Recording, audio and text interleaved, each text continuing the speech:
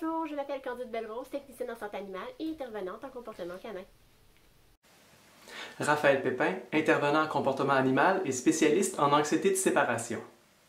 Joanie Dufault, intervenante en éducation canine. Francine Morin, éducatrice et consultante certifiée en comportement canin.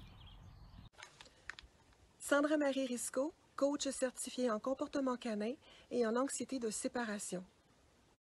Nous comprenons que le gouvernement ne peut accepter la reprise de tous les secteurs économiques en même temps. Nous savons également que le gouvernement a récemment adopté un règlement qui met en place un encadrement plus strict des chiens dans un souci d'assurer la protection du public.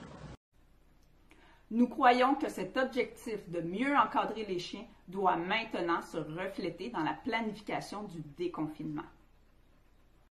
Dans les faits, les éducateurs canins participent directement à l'atteinte de l'objectif du gouvernement, tel que reflété dans la loi, puisqu'ils sont à même d'outiller les propriétaires afin qu'ils puissent adéquatement prévenir l'apparition de comportements agressifs chez leurs chiens. Et si les comportements agressifs sont déjà apparus, ce sont les intervenants en comportement canin qui veillent à enseigner aux propriétaires la meilleure façon de les modifier.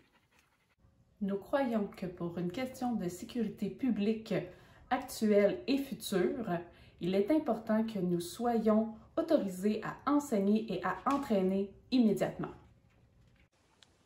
Entre mars et juin, à la grandeur du Québec, 2 générations de chiots ont vu le jour et ont été privés de socialisation.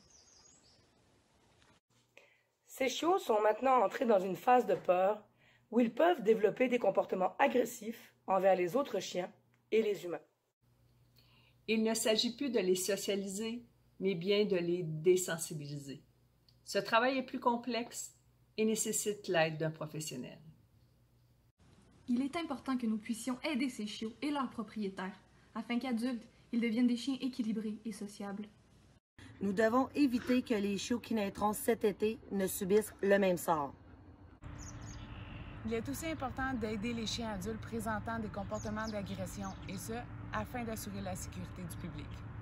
Plus longtemps nous laissons manifester ces comportements, plus il devient difficile de les modifier. Cette situation est non seulement difficile pour les chiens, mais également pour les propriétaires.